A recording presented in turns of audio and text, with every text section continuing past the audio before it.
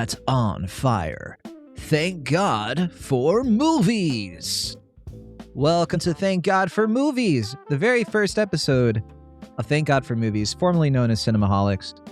I'm John Negroni, film critic based out of the San Francisco Bay Area, and with me I have Will Ashton. So is this episode 1, or is this like episode whatever that we've done? I want it to just be episode 388. Okay. Which, yes, because, I mean, come on, you can repaint a Ferrari, but it's still the Ferrari.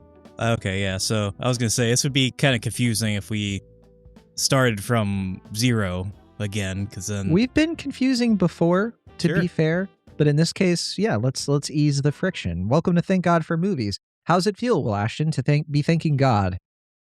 Well, I mean, it's going to be, it's going to have to be, what's the word I'm looking for? An adjustment to get used to this new name and title.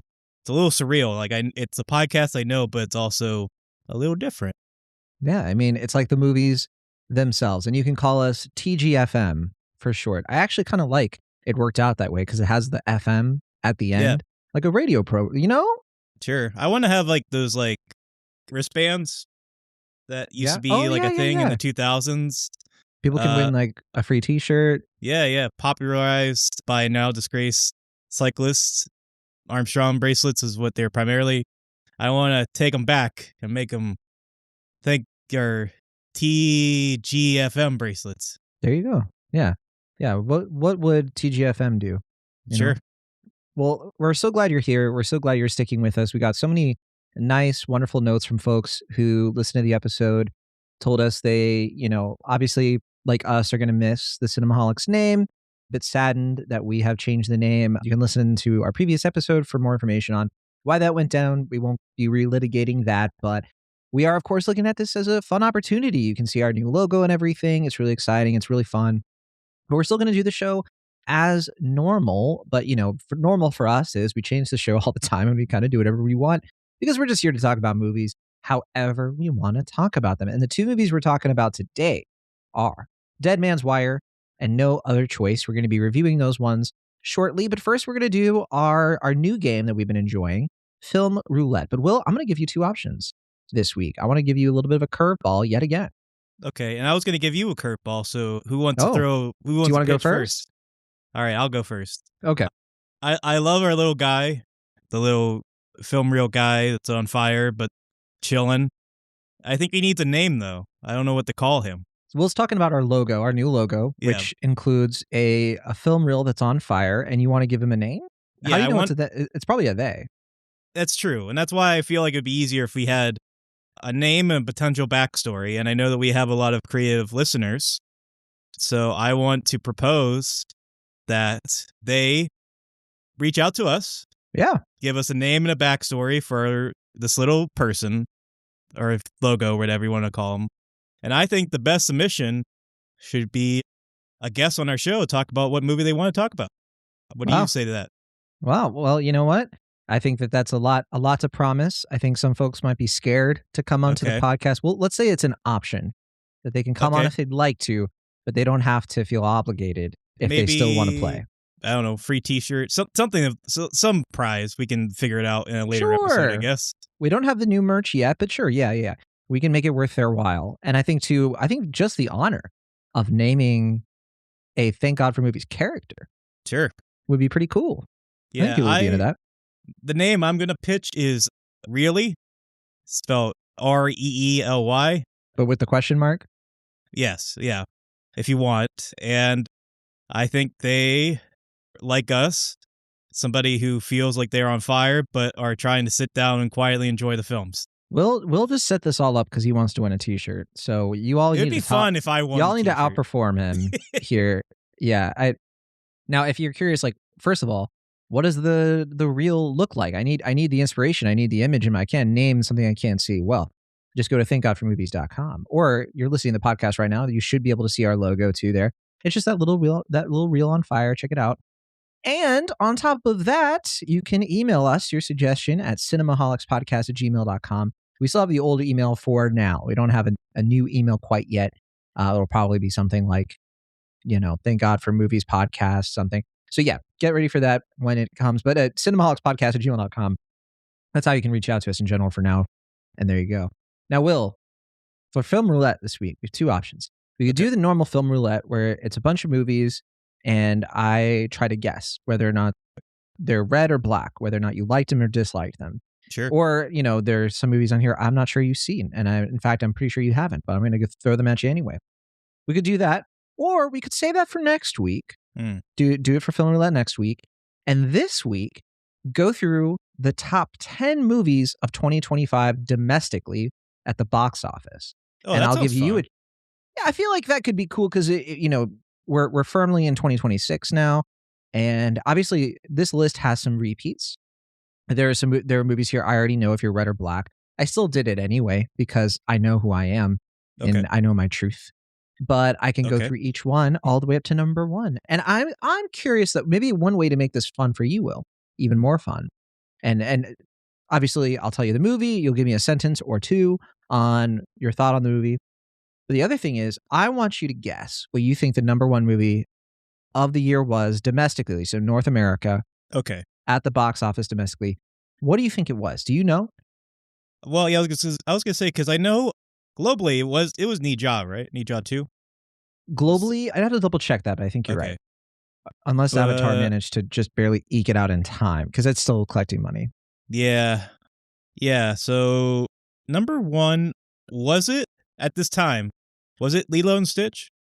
Well, we'll go. I'm going to surprise you, but I'll put Oh, that as okay. your guess. And I'm double checking. Yeah, it was Nizatu. Good call. Good call. And in fact, Avatar Fire and Ash was number 3 at the worldwide box office. So, and I bet you could imagine what number 2 is with Process of Elimination. All right. So, but we'll just stick to the American films to keep this simple. And sorry, not that they're American films, but released in America, necessarily. I get what you're saying. Yeah. Yeah. All right. So, number 10. And here's another little wrinkle. What do you think domestically, ballpark, like the box office collection was domestically? Well, it seems like it's gone up. Like I think people are kind of getting back in the swing of going to movies again. It seems like this is probably the intake year I would have to imagine since the pandemic. That said, I don't actually know what the number is. I don't know. Is it like 3 billion? Oh no, sorry. I was talking about like what the number 10 film. Oh, So number at the 10. lowest rung. I wasn't thinking cumulative. Oh, I see. I don't know. I'm going to say like 650 million. At 650. I'm talking about domestic. Oh, domestic. Oh. And I'm going to say 450 million. No. Okay. That's not even number 1 makes Wow. it to that. Yeah. And what's funny too, this year was not as much money as last year. Last year collectively, like the top, let's see, 1, 2, 3, the top 4 movies last year all made more money domestically than this year's number 1 Oh, that's fascinating. by a decent margin too. Wow. And it's not that different when you get to number 10, the number 10 this year and last year's number 10, which was Sonic the Hedgehog 3. They're like not that far apart. Like, and in fact, this year's number 10 actually is a bit more.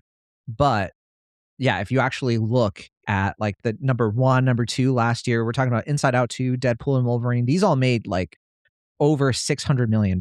I see. Nothing Okay. came close to that this year. So it's actually a bit of a downslide.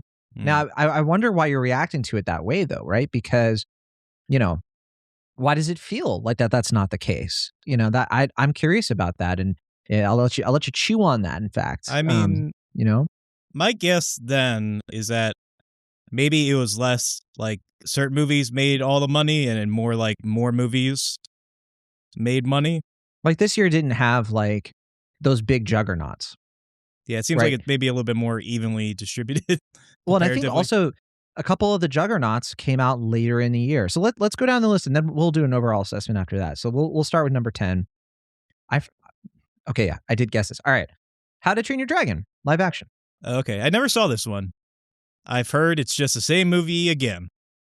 Yeah, same. And I heard it's good though. Like I Oh, actually heard, and people are looking forward to the sequel. Apparently, Kate Blanchett, who voiced Mhm. Hiccup's mom in the animated, is going to play his mom. And I'm like, yeah, that makes sense. Sure.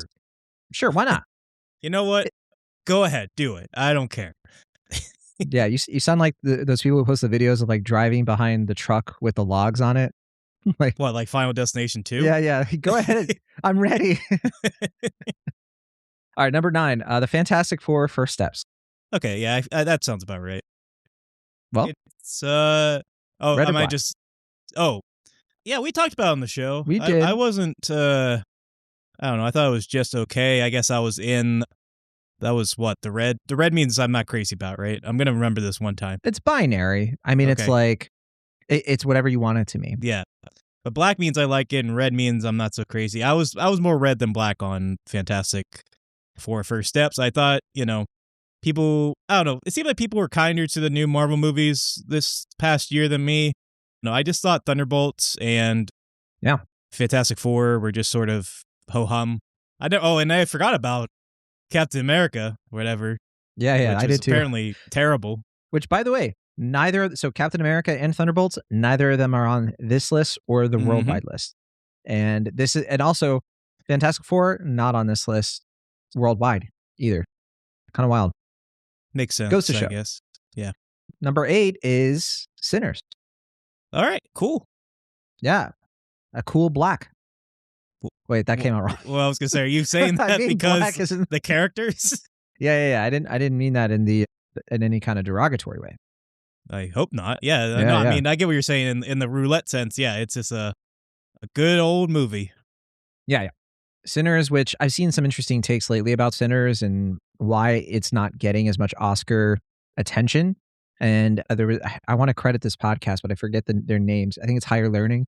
And they were talking about how like one of the main guys was like, if Sinners had been taking place like during Civil War or during like chattel slavery, and the plot had been like the slave owners become vampires and the slaves like revolt against them, this would be winning a bunch of Oscars. But because it's not that, because it's actually like, it takes place in the 1920s, 30s, and it's actually, it's not like digging into those Oscar Yeah. tropes. That's what's like holding it back for the Academy, looking at it as, worthwhile to them, I guess. I get what you're saying in a sense of like they tend to award the movies that are mostly about black suffering as opposed Right. to the black experience in general. If this had been called 12 Years a Sinner. Yeah. I mean, there's exceptions, of course. Like, I think Moonlight is, even though there's a lot of dramatic plight. There is in a that lot film. of suffering. Yeah. Yeah. But not in that perspective. It's not, it's not like 12 Years a Slave in that respect. Yeah. Exactly. Number 7, Jurassic World Rebirth. All right. A movie I didn't see.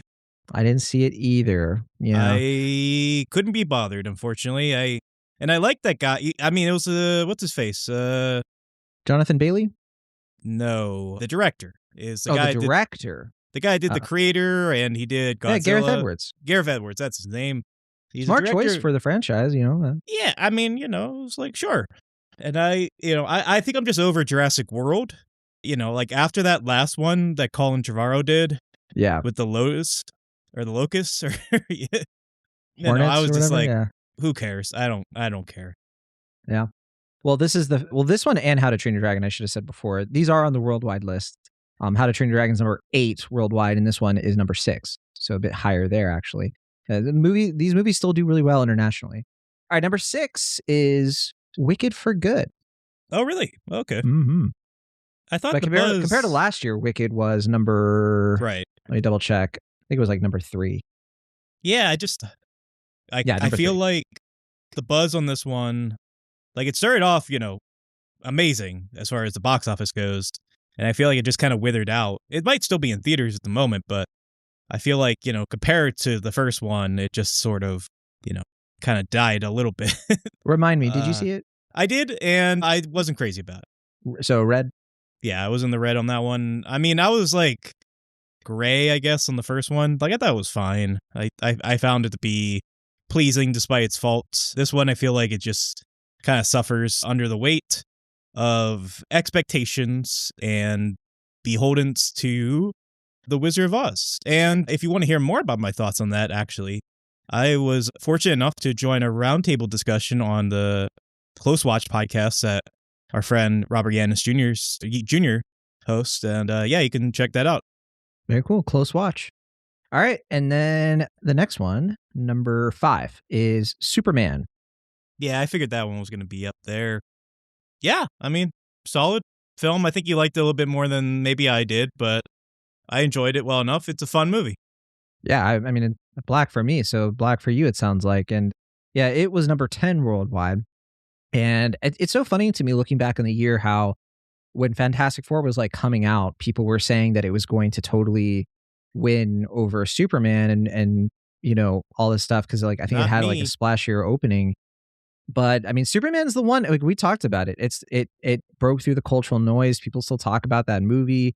It was just a better movie, and people liked it more, and it made more money in the long run. And that's the franchise that seems to have a lot of heat behind it as we go into like the Supergirl movie that's coming out and all the other DC stuff. So it's interesting to see the reversal of DC and Marvel's fortunes because every indication I see for this Marvel, Avengers Doomsday thing, I genuinely I'm not my hopes are not high for that. I honestly have a feeling it's going to be a disaster, but what do I know?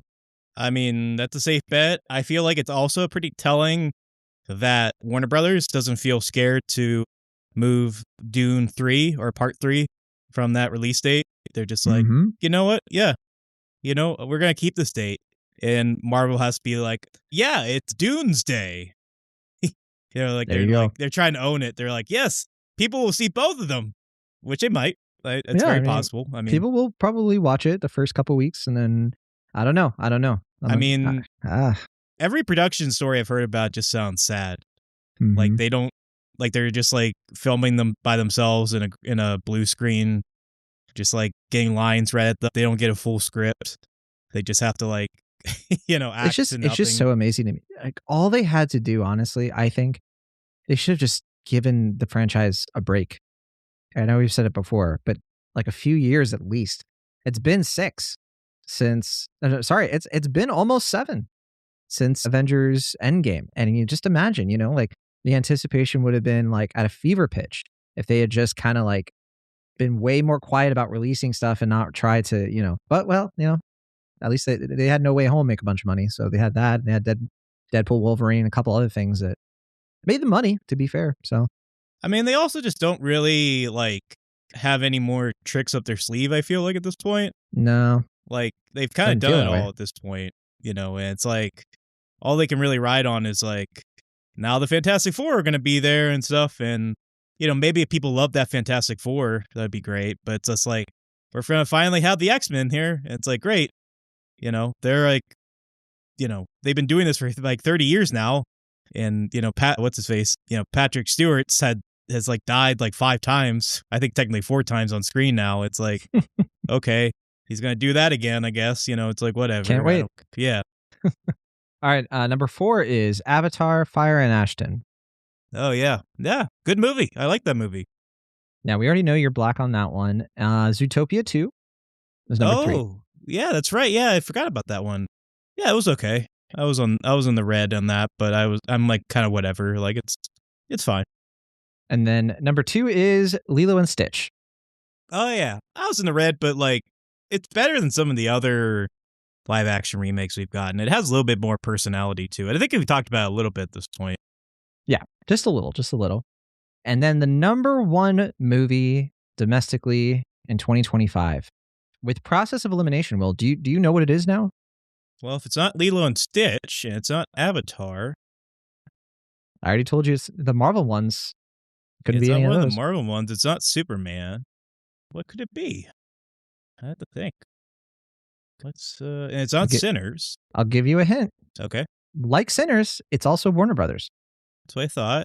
Well, it's not One Battle After Another. No, But not even close. It's not Weapons, I don't think. No. I'm blanking on this. I don't know why. Well, when I tell you, you're gonna be like, "Oh, I know. jeez." Yeah. It is in fact. Oh, it's Drumroll. Minecraft. Yeah. Yeah. Oh, you just got it under the wire. Yeah, it's a Minecraft movie. Oh yeah. I just forgot that movie came out this past year. A lot of people did. And, funny enough, it only made like a couple $100,000 more than Lilo and Stitch. It's razor thin of a margin. I mean, yeah, there was a good solid month where that was the thing. it was like one of the only things. So yeah. So yeah, Minecraft movie.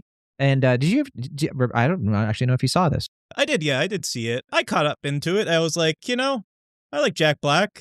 It was amusing They're to me black. that Jared Hess was like behind the movie that was making all the money. I was like, that's the guy that made Napoleon Dynamite.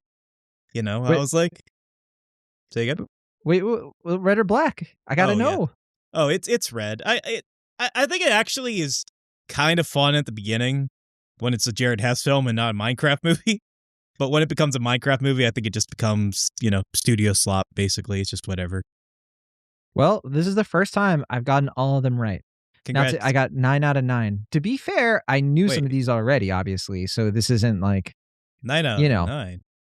9 out of 9. Which one? Why not 10? Well, I didn't count How to Train Your Dragons. You hadn't seen it. Oh, well, I didn't also see Jurassic World, the fall or Oh, whatever. yeah. You're right. So it's 8 out of 8. My bad. So 8 out of 8. And still, though, I got all the other ones right, but it was very easy because I basically knew your opinions on these.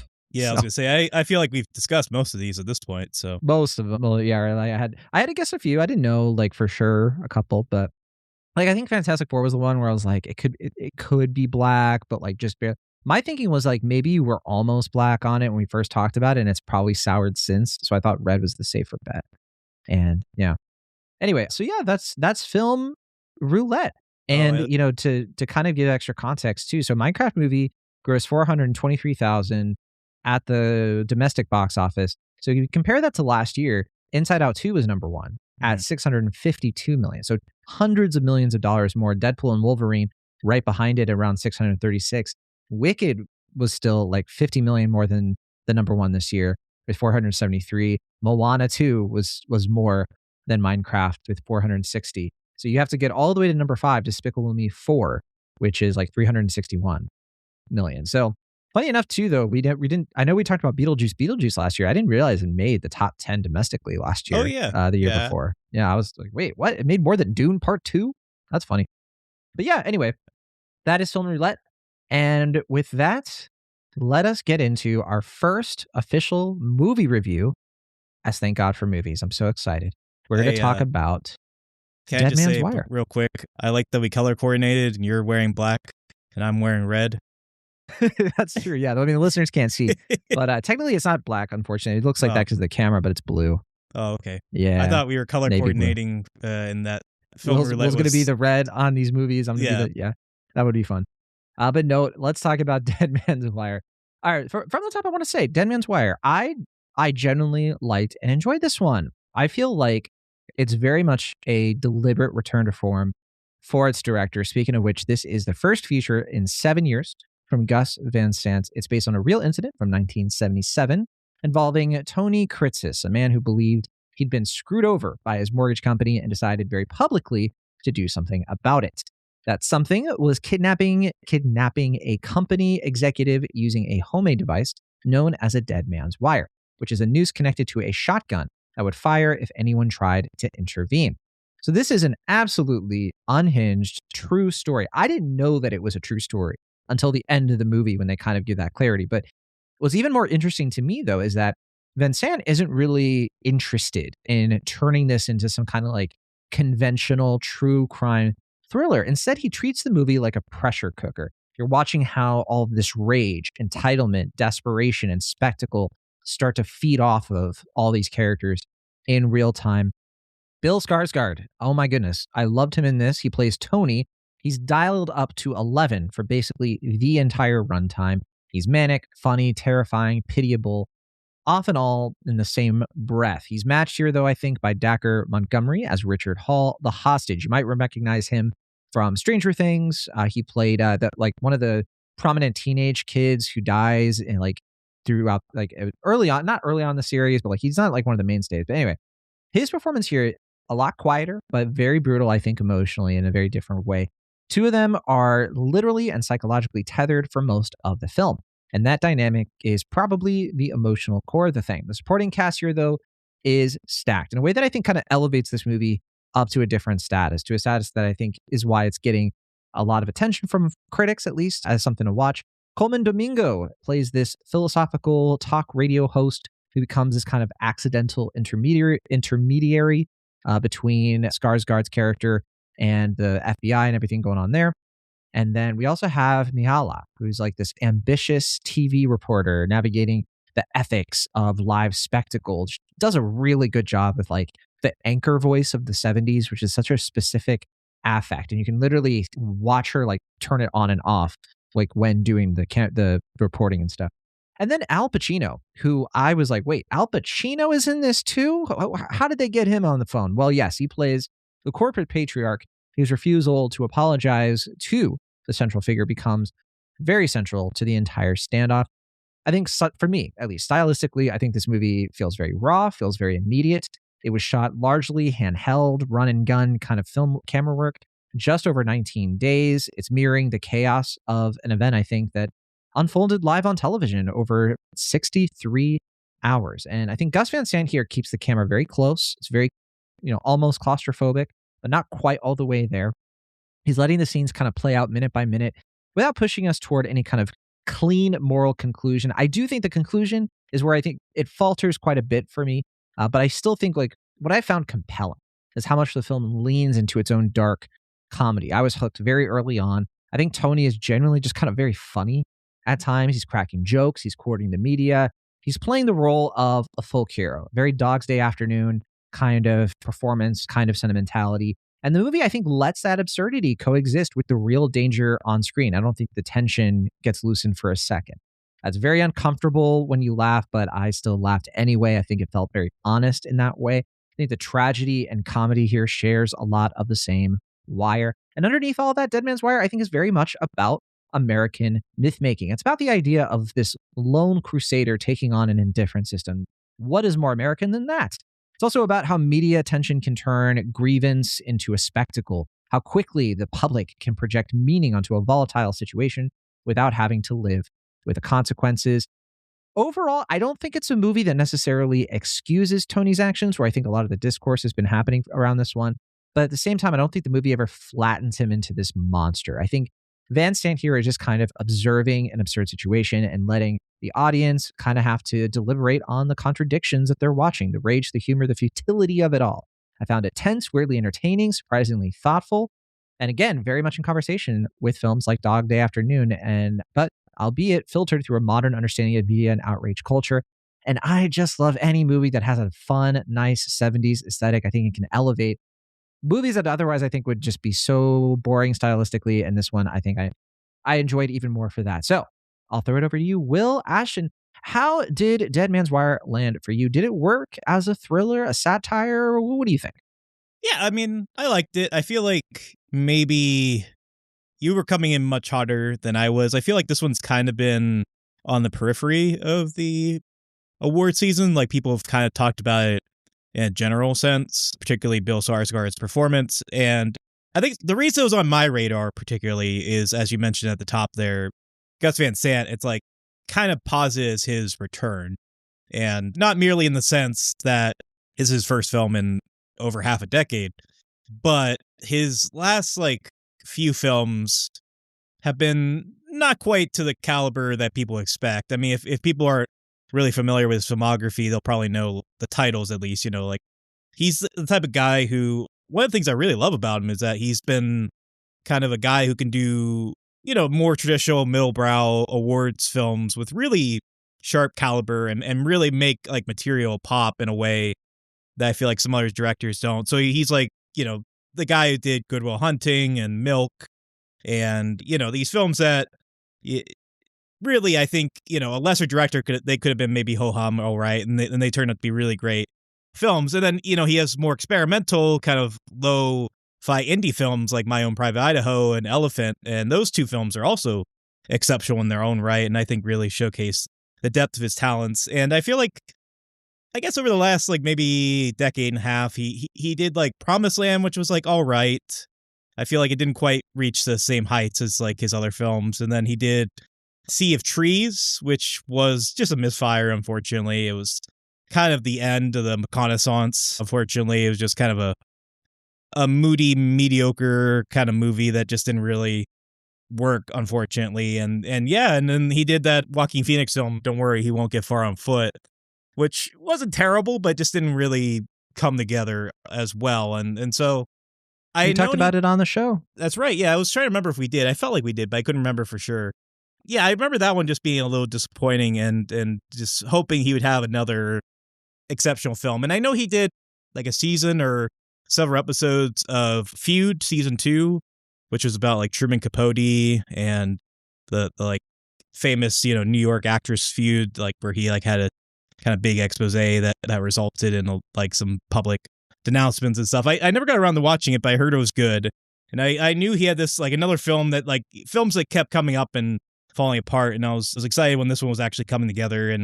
And yeah, I mean, I thought it was, a really good showcase, as I mentioned, for his talent of, taking material like this where it could have been sensationalized. It could have been, muddied down or like overly political or something. And he finds the entertainment, he finds the relevancy of it without, sacrificing what's integral and what's interesting about the story. And obviously there's no way of really planning how it came about, but this movie premiered in the Toronto Film Festival around the same time as the whole Luigi Magone, the whole thing. Luigi Mangione. Mangione, sorry. I knew I was going to mispronounce it. And that was back. Yeah, thank you.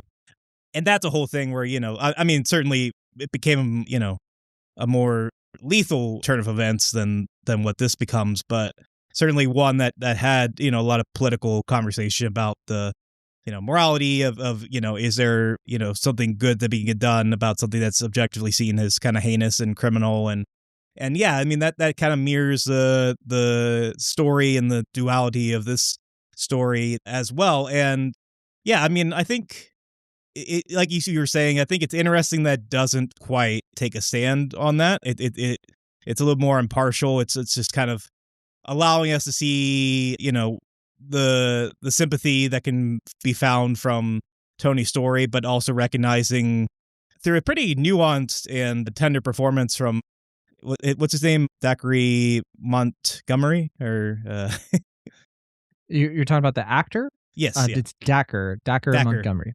Dacker Montgomery.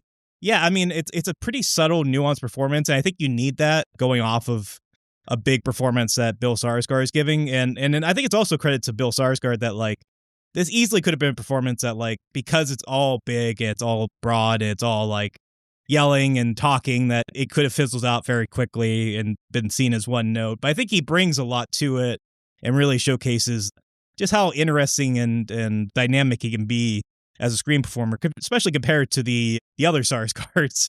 Like it's definitely he's found his own niche, I think, in a really interesting way following the success of the It films. But yeah, I mean, I'll be curious to hear more about your thoughts on why you feel like this is like a more outstanding film. I feel like it's a film I really enjoyed. I really like the production value of it, especially the camera work and the ways that they are able to kind of mimic and bring to the forum the newscaster footage and also fairly seamlessly blended in with some actual news footage. Most of it is, recreated or doctored for the film, but there is some actual, real news footage that gets seeked in there. Yeah. And it blends in pretty seamlessly in a way that I feel like most of the time when people try to do stuff like that these days, it doesn't. And I think it's really credit to Van Sant's ability to pay close attention to the time and the look of things and the way the film should look. And yeah, and then the production design and all the period details as well from production and, cinematography standpoint, I think are just really strong. But yeah, I want to hear a little bit more about where you're extra keen on this film. Well, I honestly think you kind of danced at it. This idea of the production value is kind of convincing, and it feels of its era. I think extends to what the story is really doing. I mean, when you're watching it and you're watching this Tony guy getting away with doing something so horrible. And I don't know how you felt while you were watching it, but I just kept feeling like no one's just doing anything about it. And it just seemed very odd to me. It seemed odd of like how powerless, like the police, the media, all this stuff. And I'm like, this is how it feels today. Like it's genuinely like these absurd things are happening and no one's stopping it. And it's just like, it's poking at that fragile system. It's poking at just how if you anger people, if you like, this is Tony guys, they establish, goes to the bar, he's friends with like one of the detectives. there's no indication that he would be doing any of this if he had just been treated like slightly more fairly. And I think the movie kind of wisely, like, you could maybe lambast the movie a little bit for being cartoonish with the Al Pacino character, but I think it works because when you see how reptilian he is, you're like, yeah, okay, I buy. That's why this Tony guy is so angry and upset. And that's what would push him to be doing what he's doing. And I just like how the movie handles it. Like, it doesn't handle it like this is super scary, super, like, it doesn't take it that seriously. Everyone's just kind of like annoyed. Like, this is inconvenient. This is like, how do we deal with this guy?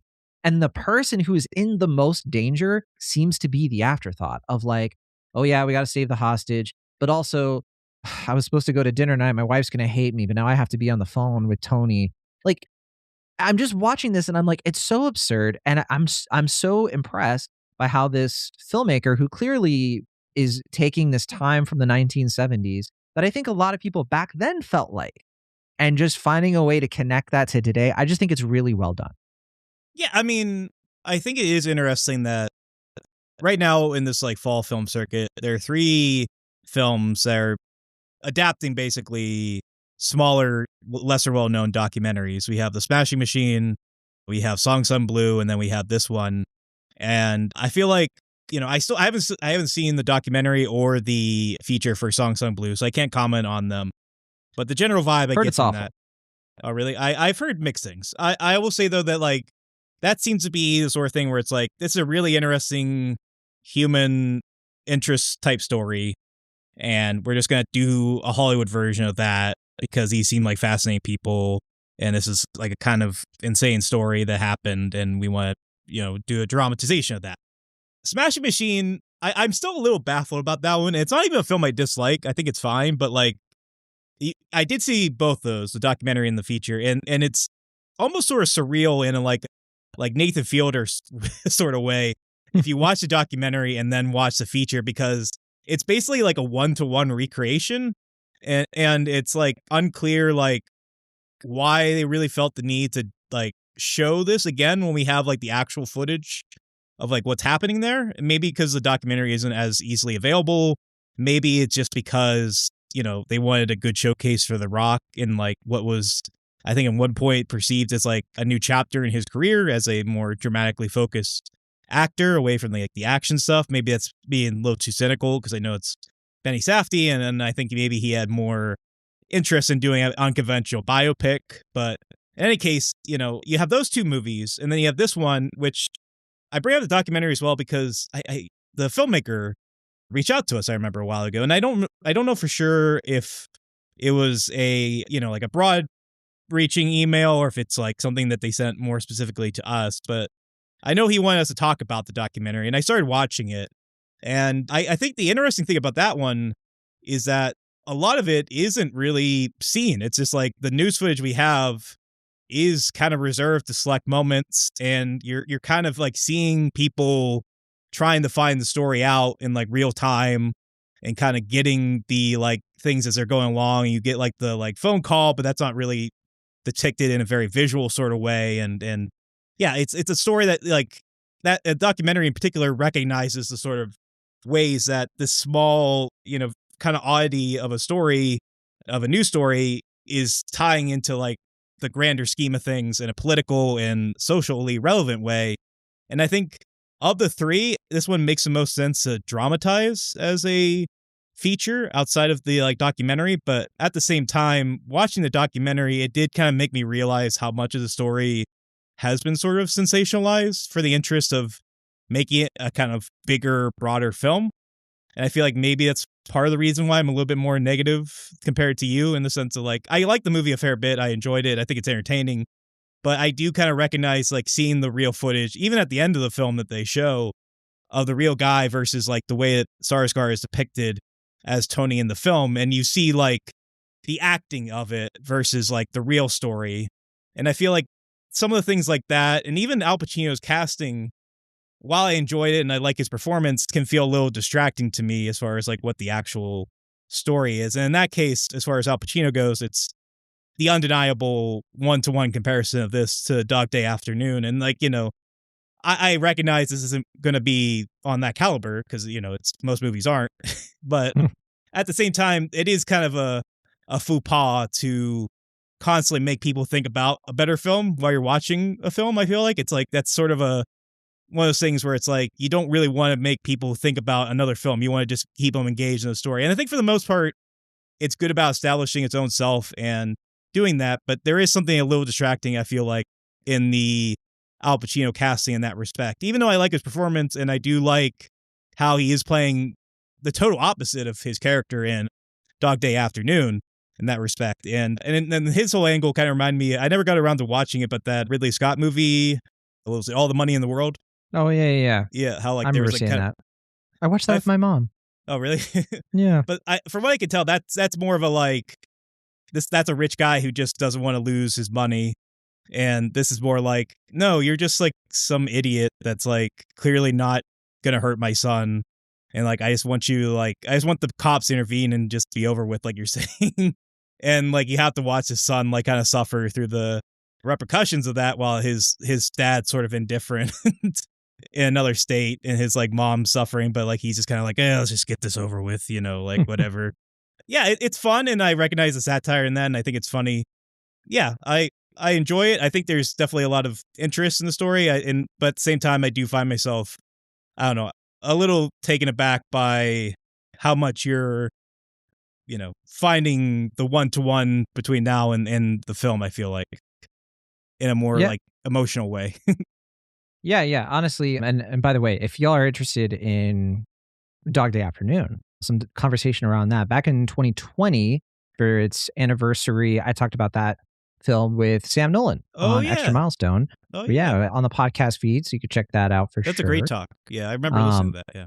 Well, yeah, because, unfortunately, Will wasn't on it, but we talked about that movie, and we also talked about Goodfellas. A bit of a stacked day. Anyway, I get what you're saying. I think for me, like the sensationalization, how you want to say it, I think the reason that doesn't bother me as much probably is because for me, it's less about how bombastic the situation is and how it's presented. I think what's really interesting about the movie for me is the kind of quieter, intricate, kind of like back and forth amongst the characters. I think that's where the movie is strongest. And so I think like it depends on like how you're weighing the movie yourself and what you're looking for. If, you really do want that kind of like, how did this happen? And those nitty gritty details. And also thanks to Alan Berry, that was the director who sent us the information on that documentary. Yeah. Thank you. Yeah. Yeah. I mean, I think that's definitely something to check out so you can have like the full range of the story. I think if you evaluate though the movie on its own and you just kind of take it for what it is, I think it's definitely one of those movies that I think it's a bit of a footnote. It's not going to be something I think that is going to be everyone's going to be talking about for years. But I do think it's one that people will go back to and be like, this was pretty good. I'm actually surprised.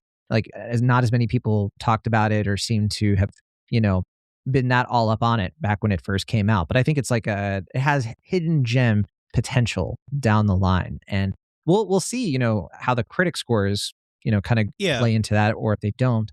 But first, some of our friends also have thoughts in the movie. Oh, you had something else? Sorry, real quick. I just wanted to say, to your credit, I do think I could see this movie having legs in the future just because there is a lot of interesting and continuously relevant material in the film. But also, I'll say, I mean, I imagine you watched this via screener, right? Online. Yes. Or I got to see it in theaters. It just came out here. And I'll say I saw it in like a weekday matinee. 3/4 of the theater was filled, and it seemed like the audience was really into it, engaged, and like, I could see this one, like you're saying, maybe having a good life after this because of that. Maybe it won't take the box office by storm, but I could see it having relevance. And I feel like maybe the audience was there because Lord of the Rings might have been sold out, the extended cut, or maybe they just all love Bill Skarsgård. I'm not 100% sure, but yeah, it seems like this one, it is catching a little bit of fire. Maybe not like a barn buster, but it is catching some smoke, I guess. Yeah. Yeah, this is that kind of movie I could totally see like in 5 years of like a subreddit, like our movies or something will be like, just watch Dead Man's Wire for the first time. I can't believe I'd never seen it before. It feels like one of those. Like it feels like one of those things that people will be like, oh yeah, that was really good. I can't believe more people didn't watch it. Maybe. Well, we'll see, I guess. I feel like we should probably check in more on those takes on like the movies from like Now that we've been doing this for almost a decade, I guess we can kind of start to do reviews of our own podcast. I'm just kidding. Never. Friends of Thank God for Movies. We have a few of them who saw this one. First up, we have Aaron Dicer, friend of the show, gave it 3 stars. And Aaron wrote here, strangely light toned for as close as we will probably get to a real life Jigsaw movie. The performances are fine, but I found myself more annoyed than interested in the characterization of this story and its players. Yeah, so it sounds to me like Aaron has kind of a little bit of a disconnect with or seeing a bit of a disconnect between the real story and how it's presented. And I've seen a lot of takes like this. I've seen a lot of folks be like, I like the performances, but how this movie is kind of doing its thing kind of rubs me the wrong way. And I get it. I kind of see where people land on that, but yeah, I just have a different take. What do you think, Will? Yeah, I mean, I feel like I'm closer to Aaron than you in a general sense, but like I at the same time. Why don't you join his podcast, Will Ashton? I'm just No. But at the same time, I feel like I am more in agreement with what you're saying than what he's saying. So yeah, no, I mean, I feel like I'm not like in love with it, but like I recognize the potency for it for sure that you got out of it. We have another friend of the show, Isaac Feldberg here. He gave the movie 2.5 stars, so a little bit lower. He said the main element to write home about here is Bill Skarsgård's performance, unsettling enough in his righteous anger to keep you on tenterhooks about the outcome of the hostage situation, but with the flashes of humor and self-awareness that justify his unlikely emergence as a kind of folk hero. It's closest to Die For and Van Sant's filmography for its somewhat satirical angle on the media circus that quickly descended around those involved in the standoff, but sanded down into something more workmanlike. Yeah, I don't see it. I mean, I to me, it doesn't feel workmanlike because I just think, yeah, I mean, you kind of mentioned it. I feel like the production values are there. I feel like especially that early sequence and how the period details are handled, and I think this thing just kind of moves. I don't know. I was kind of swept up in it. I think the movie did its job in that respect, but sad to see it didn't work for Isaac though. Yeah, I mean, I was gonna try to find the budget on this. I never got around to figuring it out, but I can't imagine it was that much. And I feel like what they're able to pull off here. Yeah, it's not reported, huh? Yeah, I was gonna say I don't think they reported the budget, but I have to imagine it's a pretty modest budget, with the exception maybe like the heavy stars that are in the film. And apparently, it was around $13 million, and okay. 10 million of it was allocated to payroll. A lot of it because they had like out of state crew. I think it looks like they were filming around like Kentucky for certain film incentives. That makes sense. Even though it takes place in Indianapolis. Okay. I mean, I think this movie looks like twice that budget. And I think that's just a credit to Van Sant's attention to detail and styling that he's able to find that. And yeah, no, I also really like that. Like, I'm fairly certain this was shot digitally, but they do a decent job of like replicating a film kind of look throughout the film and giving it like kind of a crisper edge. And then the coloring is maybe a little bit more muted and like in a way that makes it look more like grain as opposed to like the cleanness of a digital. Okay, who else we got here? Oh yeah, Kristen Lopez, friend of the show, gave it just 3 stars, no review. And then friend of the show, Chris Evangelista, gave it 3 stars. And Chris wrote, took me almost the entire movie to realize that was Carrie Ellis. Yeah, actually, same here. It took me a minute. I was like, oh yeah. Yeah, I thought it was that guy from 8th grade, the dad, at first. Oh. I forget that guy's name, but I thought it was him for a long time. And I was like, wait a minute. Why do I keep thinking about Princess Bride?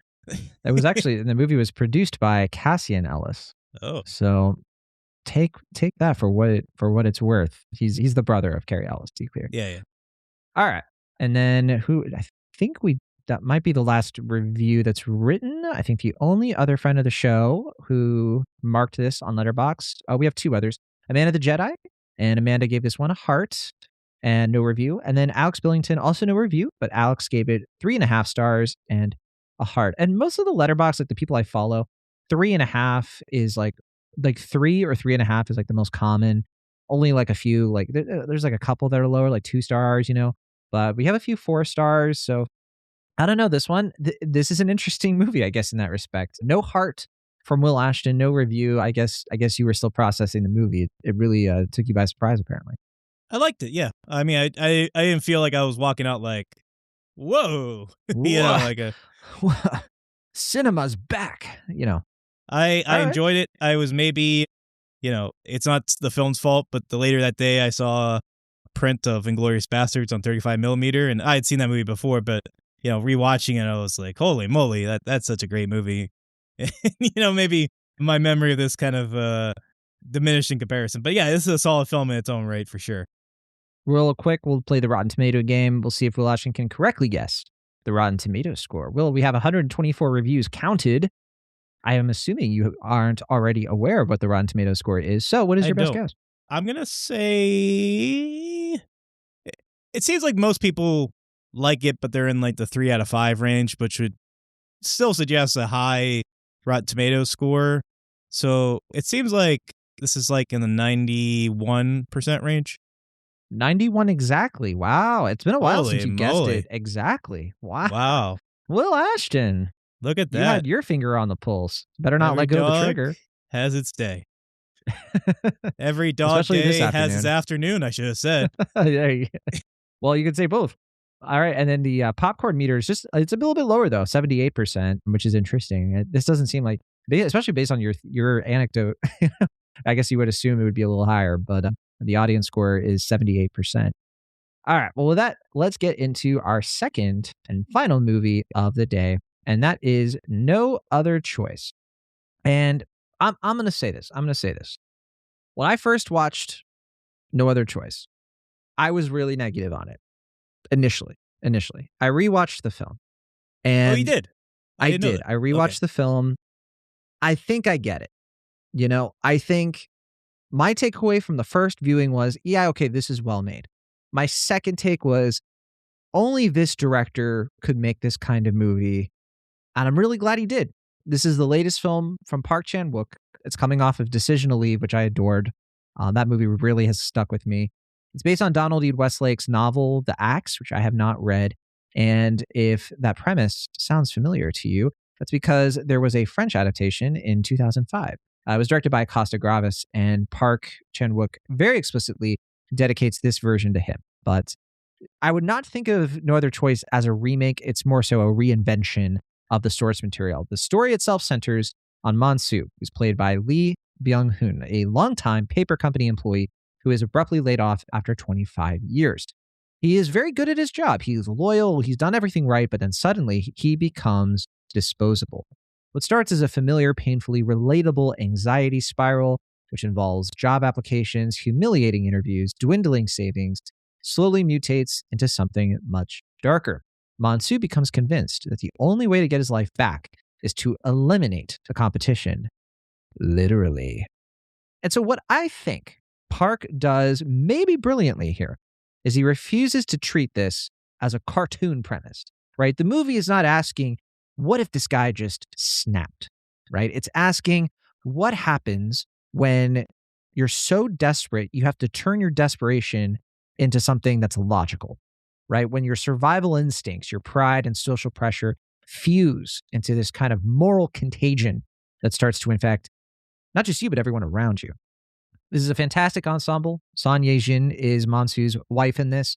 Her role is significantly expanded compared to the source material. Park Hee-sun, Lee Seung-min, Yeon Hae-ran, and Cha Seung-won, they kind of fill out this larger world where everyone seems to feel trapped by systems that are larger, slightly larger than themselves. I think tonally, this is Park Chan-wook in a very specific mode where he's going satirical, but he's not going overly broad. It's a violent movie, but especially compared to our conversation around Dead Man's Wire, it's not sensationally violent.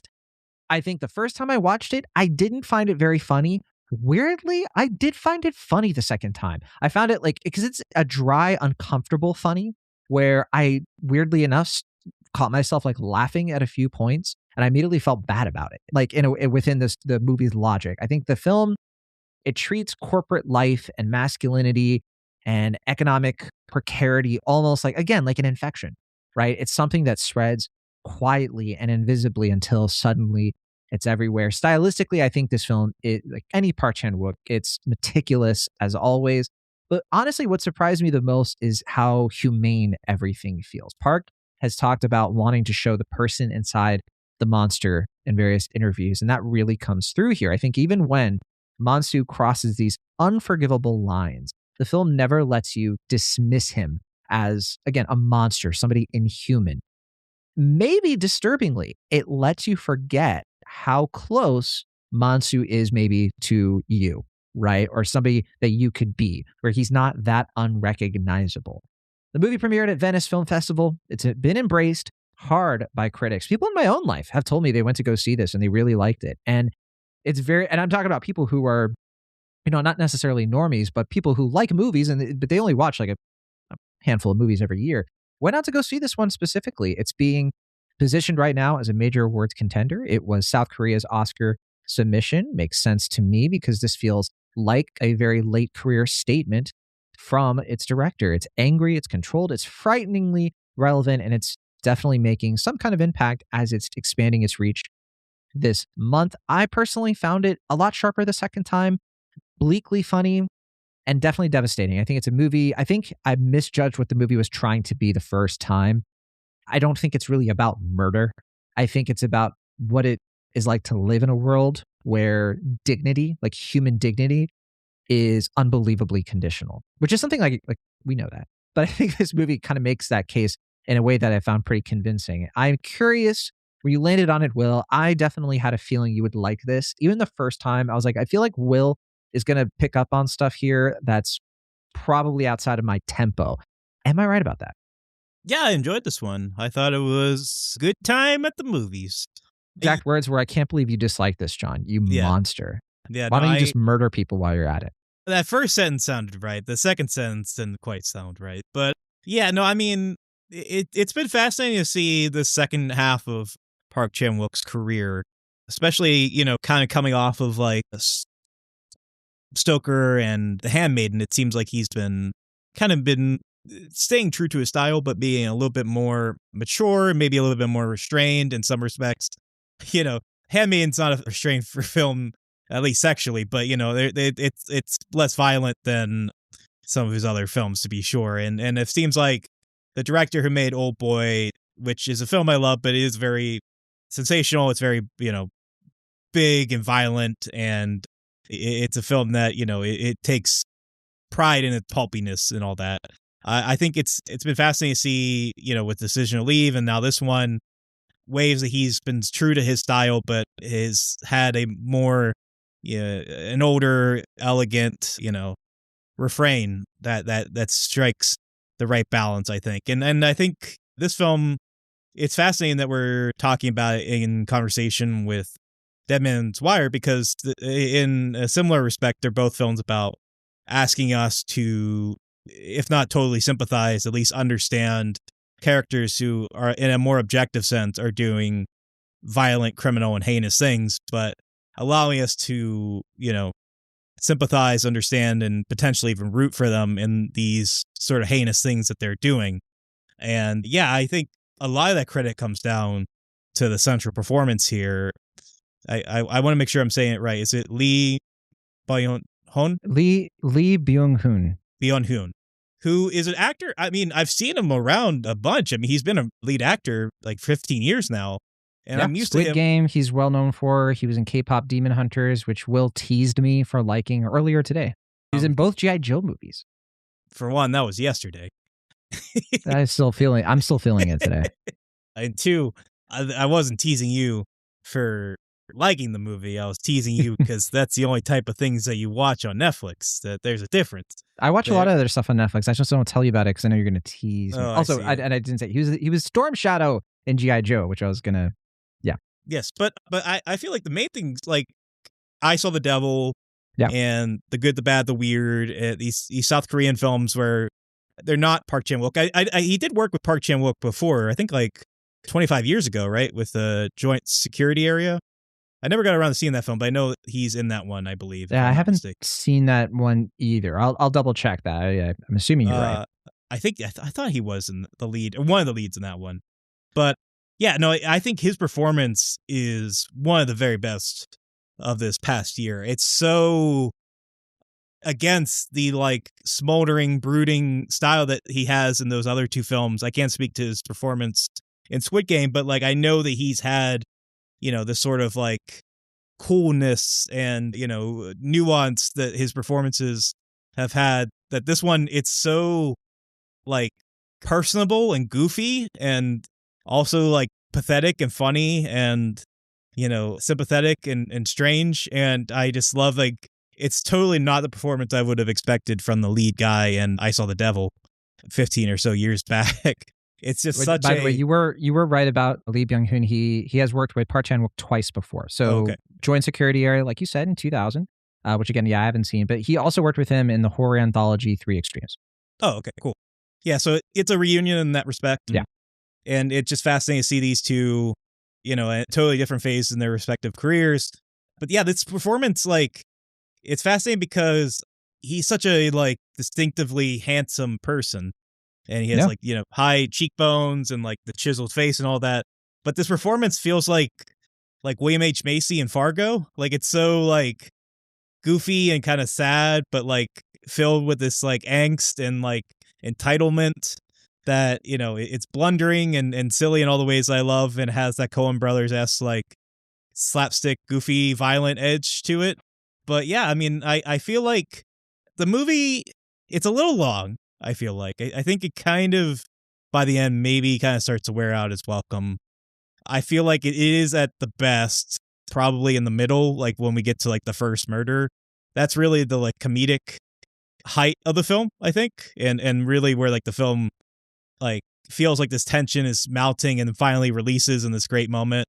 I feel like maybe the subsequent death scenes are a little more rushed and a little more anticlimactic in comparison, but they still have like that great satirical edge and just the wit and pulp and style that you associate with Park Chan-wook. And I mean, there are so many edits and so many dissolves in this film that are just like, I think quietly to myself at least 20 times, I like just like cinema, it's just like somebody will be like digging in the ground and like it's overlaid with a woman in bed rolling just as a shovel is going under her. And it's just like, man, Park Chan-wook has just such inspired visuals, and it's so, and there's even a similar sort of like pair of shots to like the classic mirror thing that was in Decision to Leave, like that great shot with the 2 stars. It just, yeah, he's just such great stylist at this point. I mean, he's been for a while, but I think he's really kind of honed his style in a way that's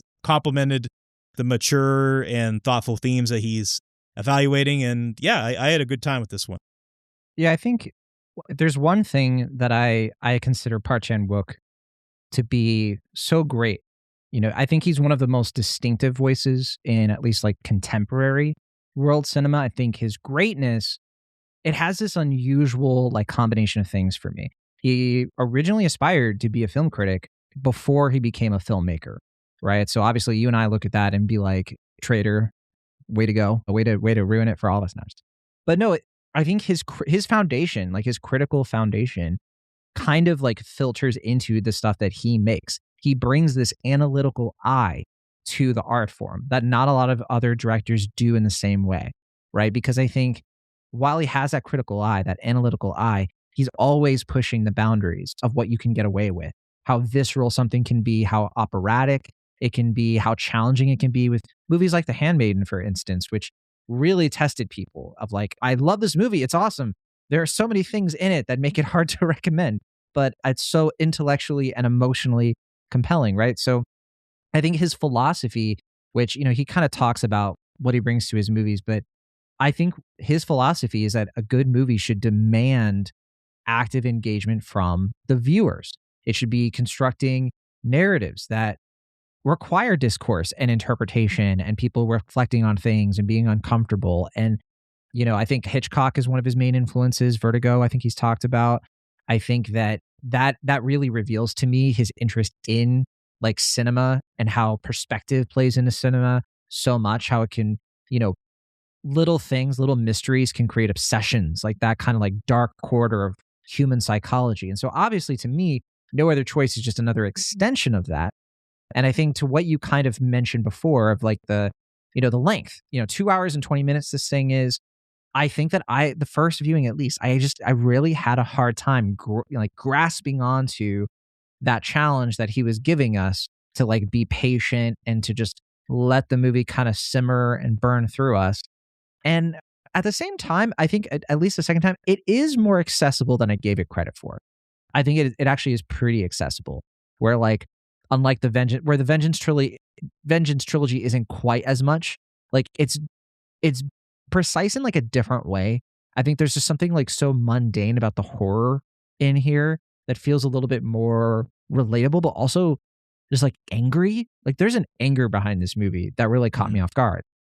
Yeah, I mean, I was under the impression, because Decision to Leave, like you said, has that great Hitchcockian restraint. You know, there are a couple violent moments in that, but for the most part, it's pretty classically filmed and has like a very, you know, old-fashioned sort of style to it. I thought this was going to be really much more violent and extreme in a way that was harkening back to those earlier films of his. And for the most part, it's not. Like, it's not that violent, and it's not that extreme in terms of the violence of it. I mean, it's, you know, there's certainly violent moments, but it's not very gory. It's not that bloody for the most part. There's maybe like only one or two like truly kind of grotesque images, and I think the movie kind of earns those in a way that doesn't feel like they're just purely sensational.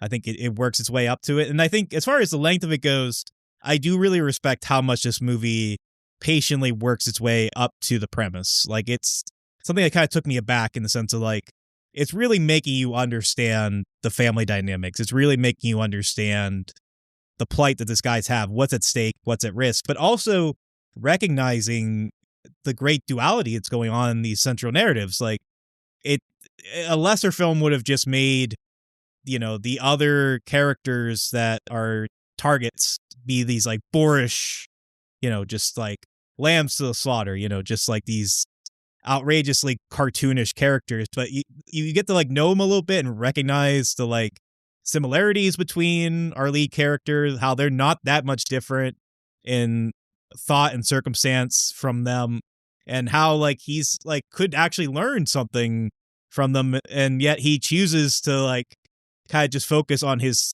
story because, as the movie repeats often and earns the title, there is no other choice. You know, it just kind of feels like he has to do this. He's committed this far. He's come this far. He's done this much for this company. He feels entitled, like I have to do it now because everything, if I don't go all the way, then it's meaningless. And I think that's really interesting and thoughtful, and a way that makes, you know, deeper impression for these sort of vigilante kind of films. Like, it's not purely about the spectacle and the violence of it. It's about the depth of the character and stuff, and it shows his maturity and growth as a filmmaker for sure. I think that's very well said. Very well said indeed. Let's take a look. We have a lot of friends who watched this one. A lot of stuff to look at. Hopefully we can get to all of them. Robert Yanis Jr. didn't review this one, but gave it a heart. So I think that's a good sign. And then our friend Ryan Oliver gave it 5 stars. That's a lot of stars. So that's all the ones you can give. And he gave it a heart too, if that wasn't enough. Talk about excess. Like in this movie. And he writes here, in a way, this is Park's violent riff on Albert Brooks's Lost in America. Yes, it's an attack on the entire system, from role elimination to automation. But it is equally an attack on those who live to work and not the other way around. 140 minutes and moves like a truck. Park finds new and interesting shot and editing choices that manage to blow my mind in nearly every scene. Lee Byung-hun and Son Ye-jin are just incredible, and between them and Park, iPhones and movies have never been this cinematic or tension-filled. Not to mention that this is chock full of gallows humor, including one scene that had the entire theater in stitches. Go see this, and with a packed house, one of the best theater-going experiences I've had for a 2025 release. I should have watched it in a theater. I'm actually kind of kicking myself. Oh yeah, like the second viewing, I should have done that. Yeah, it's an awesome theater experience, especially as you were kind of alluding to earlier. It feels like the humor of it, like it just takes kind of one person to start chuckling, and then more people realize like the dry, it's okay to laugh. Observer, yeah. and then when you get to the point where it's like, you know, like that big kill comes in, it just, you know, really sees the laughs kind of come in more naturally and readily. And yeah, I mean, I do, going off of what Ryan said, I do want to recognize, because we didn't really do it so far, one thing I think that does make this movie and Decision to Leave stand out is the greater attention to the women characters. Not to say that they weren't focused otherwise, but it feels like the fact that the women in the film are often seen in parallel or in connection to characters in a way that they're not just like, the ingenue in Decision to Leave or the like concerned wife in this film, that they have these interiorities and these complex and these dark feelings about what's going on, I think shows growth for Park Chan-wook as well. I agree with that 100%. All right. And then we have our former co host, best friend of the show, Abby Olchesi. Abby gave this one 3.5 stars and a heart. Abby writes, I think this may have put me off turkey and possibly pork. Apples, too? A lot to process. Yeah, I mean, definitely pork. It'd be tough to have some bacon or pork watching this movie, I'll say. At least by the end. At least by the end. You're right. Let's see here. We also have Isaac Feldberg. Isaac gave this one 3 stars. And Isaac writes, growth for the sake of growth is the ideology of the cancer cell and the imperative of the modern upper middle class worker under capitalism. The more one resembles the system in which they operate, the more secure their position will be. And this isn't simply the reality of their situation, but an inevitable outcome of their persistence despite it. Park's absurd, tragicomic critique of life inside such a fixed economic paradigm aims to consider matters from the vantage of the cog in the machine to elicit sympathy for their endless plight. Left with no alternative for survival but to remain in place, regardless of consequence, these working men will eat each other alive if it means maintenance of their daily routine. He writes a bit more here. I want to try to get to his overall take. It's a bit of a long one. So he writes this. The more overtly comical side of Park isn't my preferred mode of his, and some of the messily madcap Looney Tunes flourishes here do come across as concessions to entertain a broader audience. Yet there's also something humane in the context of this story about a filmmaker capable of clockwork precision opting to preserve a certain zigzagging zaniness, like little frenzied exclamations of rage against the machine. Quite a lot there. I disagree with that sentiment, to be honest. And he also mentions, by the way, the similarities to Parasite, but it actually having more in common with Mickey 17. I did think of Parasite during parts of this, but I don't know. Looney Tunes flourish? I think that's overstating it, in my opinion. I mean, there are a couple like reaction shots and stuff that are a little cartoonish by design, but I don't know if I'd go all the way to say that it was outright Looney Tunes per se. At least, well, he did say flourishes, I guess, to be fair. Flourishes, a little sprinkling of, just saying. And I think there is something to be said about how, I think a really solid read of the film is that Mansu isn't just killing the competitors, he's killing other versions of himself. It's going a little bit step beyond the class warfare and being more of this like horizontal violence, between these interchangeable parts, similar to like how the paper industry, as it, metaphorically and literally in this movie, it starts to eat itself. It starts to make itself obsolete by mere fact of how it is trying to survive. Right. And so there's a nice little clean metaphor there, at least. Sure. Yeah. For a cutthroat business, it's just like it's a good, clean metaphor. Ironically, maybe, definitely. Who knows? Not us. We also have a friend of the show, Kimber Myers, gave this 4 stars. And you're probably like, 4 stars? That's it? Calm down. Also gave it a heart. So just saying. And then friend of the show, Allison Johnson. Allie Johnson gave this one 4 stars as well. And Allie writes, the grim capitalism is bad episode of Looney Tunes. Let me reread that so it makes the grim capitalism is bad episode of Looney Tunes. So another Looney Tunes mention. Delightful in how depressing it is, and the humor it finds in the increasingly ludicrous situations the lead finds himself in is fantastic. Son Ye-jin is terrific. Review to come. Yeah, I mean, another shout out for Son Ye-jin, and I think deservedly so. Yeah, I don't think it's gonna happen, but I would love if because he's like in the broad conversation for best actor right now. I would love if he snuck a nomination. I don't foresee it happening, but that'd be really great. But it's a loaded category. I will say though, you're talking about Son Ye-jin, the wife. Oh no, sorry. I was talking about. No, sorry, but that is a great performance as well. And like I said, I feel like we didn't recognize it enough because I think she is really going toe to toe with our lead here as well. But no, she was haunting to me. My gosh. Yeah, especially about those last few scenes with her are really pretty striking, as well as that whole bedroom scene in the middle of the film. I think is as well. But I was gonna say, not to disparage anyone as far as their take, but I think there's a difference between Looney Tunes cartoon and pulp, and I feel like Park Chan-wook is a pulp filmmaker, but he's not like a cartoon-ish filmmaker. If that does that make sense? I feel like he's not going cartoonish, but he's playing pulp. He's like making it big and like, has like that little extra like stuff to go with the orange juice, I guess so. Yeah, I see what you're saying, because it's like it is similar to, I think, what Isaac was trying to say, of like the zigzagging zaniness thing, right? You can either judge it as a movie Yeah, with restraint, or the paradox is like at times it doesn't have restraint. I think sure. that's why it's being Yeah, it definitely goes considered broader. madcap, of like, we're just trying to be a crowd pleaser over here. Yeah, it goes broader in certain moments, but I think as far as Park Chan-wook's style is concerned, because there's like moments in Decision to Leave that get kind of zany too. Like there's that whole thing where like they're chasing, was it like crabs or something? Yeah. And like, there's like little moments. There's always stuff like that. That's just part of his style, It's like that's what you expect from Park Chan-wook. Okay, and then from a friend of the show, Clint Worthington, we have 3.5 stars. Clint writes, Death of a Salesman vibes, Parasite coded, right down to the occasional glimpses at Korea's obsession with American iconography, including dressing a woman in stereotypical Native American garb. Just like Parasite. Park's usual camera trickery works wonders here. The man knows his way around a dissolve and a cell phone, which keeps a lot of visual interest. But at over 2 hours, the threads on this particular sweater unravel a bit faster than the film can sustain, and Namsu's quest for dignity and restitution in a world that denies it to him starts to get a bit repetitive.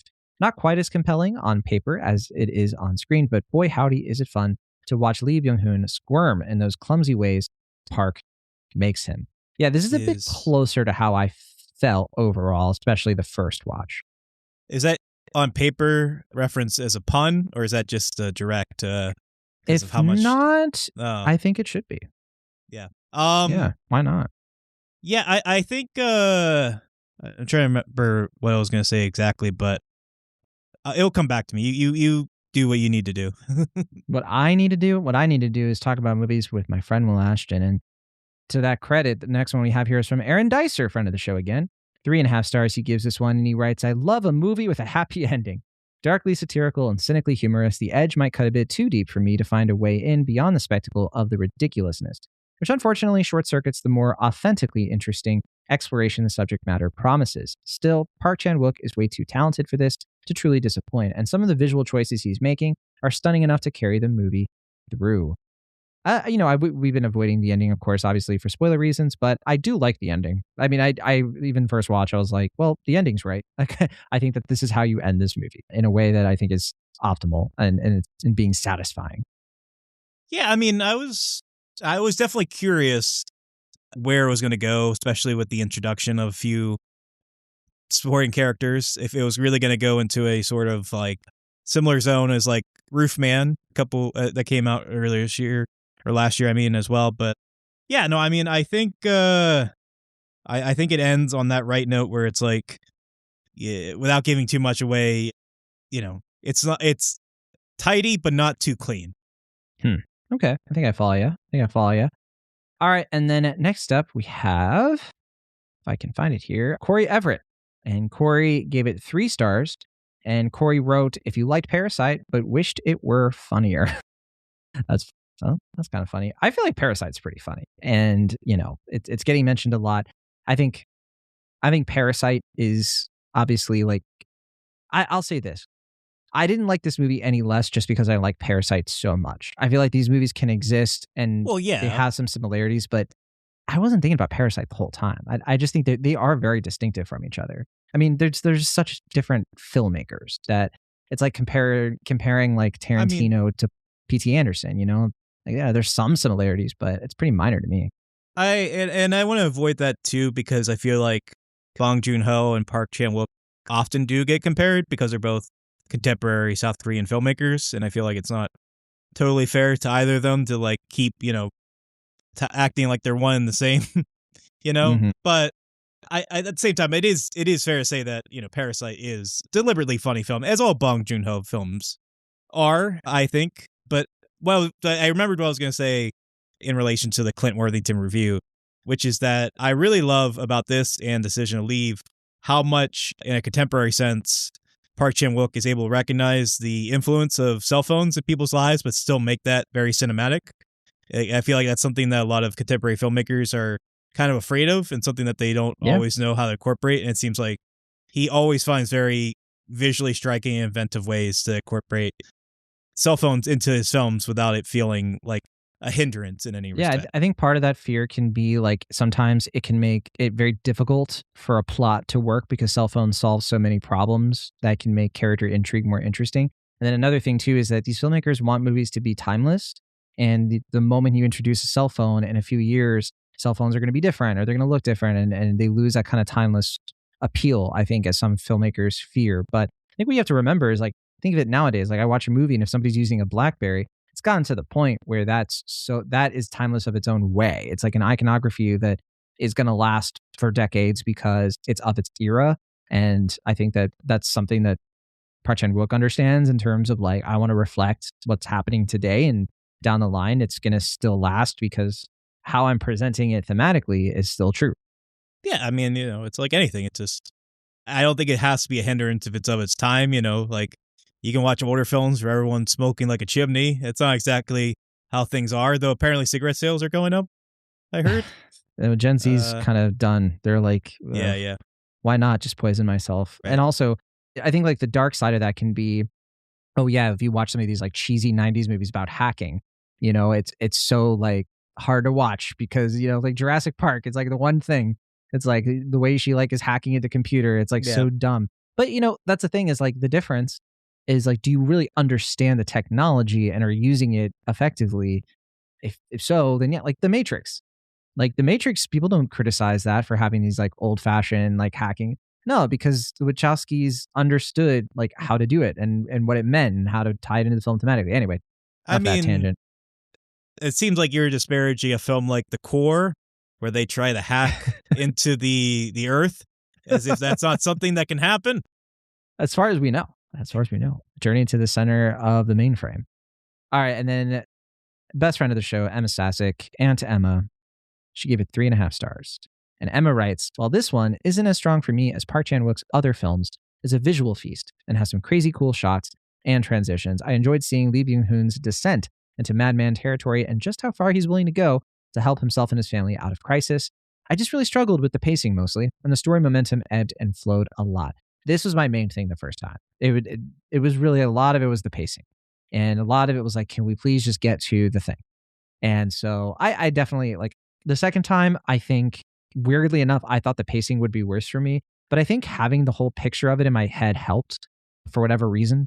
And I'm glad the transitions are getting yet another mention here because they are pretty cool. Yeah, I mean, the only real criticism I have, I guess, in relationship to the pacing is just in the sense that like that first kill, it's kind of hard to top that. And I feel like the movie doesn't always like quite reach that same height and makes the build up a little bit harder. But I think the movie still really works in spite of that. Friend of the show, Kimber Myers, gave it 4 stars and a heart, but no review. And then we're almost at the end here. I told you it was a lot. We have Alex Billington, friend of the show, gave it 3 stars, no review. And then lastly, we have Amanda the Jedi, who gave it 4.5 stars, one of the highest we've seen, and a heart. And Amanda writes, man just needed some better targets, Well said. Yeah. Let's do and that is no other choice. Yeah. What? I was going to say, let's do the Rotten Tomatoes game. Or are we not doing that for this one? Let's do it. We have 191 reviews. Rotten Tomatoes score, Will Eschen, I'm assuming you don't know what it is already. What's your best guess? I think most people like it. There might be a few naysayers, but I think they are few and far between, as we made evident by our Letterboxd reactions. I'm going to say this is a clean 96%. You're so close. You had a good week because you were perfect with Dead Man's Wire. You're only off by 1 this week. Which direction do you think it is, though? The 1 point. I think it's 97. It's 97. You trusted your gut, and I appreciate that. I think you had no other choice. and the funny thing, too, is we talked about like how on our last episode of Cinemaholics, the name of the movie we were reviewing is This Thing On, kind of like mirrored the fate of the podcast. And then this one, as we start, thank God for movies, it's no other choice. And Dead Man's Wire. I think both. Oh, yeah, Dead Man's Podcast. Yeah. Dead Man's Wire. Yeah. And yeah, no other choice. I think both are very thematic. I will also say there's a few others. Like if we had done Send Help, I think it probably would have a little bit. I hope we do. We could use all the help we can get. Yeah. Yeah, I was gonna say, if you took a shot for every time they say no other choice in this film, do you think you'd make it to the end of the movie? Oh, like without being carted off in an ambulance? It Yeah. depends if it depends if the paramedics are going to be nice and like bring the iPad with you so that you can still keep watching while you're on the intubator. I mean, I just feel like it would be very similar to a certain scene in this movie if you try to take a shot every time they say the phrase "no other choice" in this film.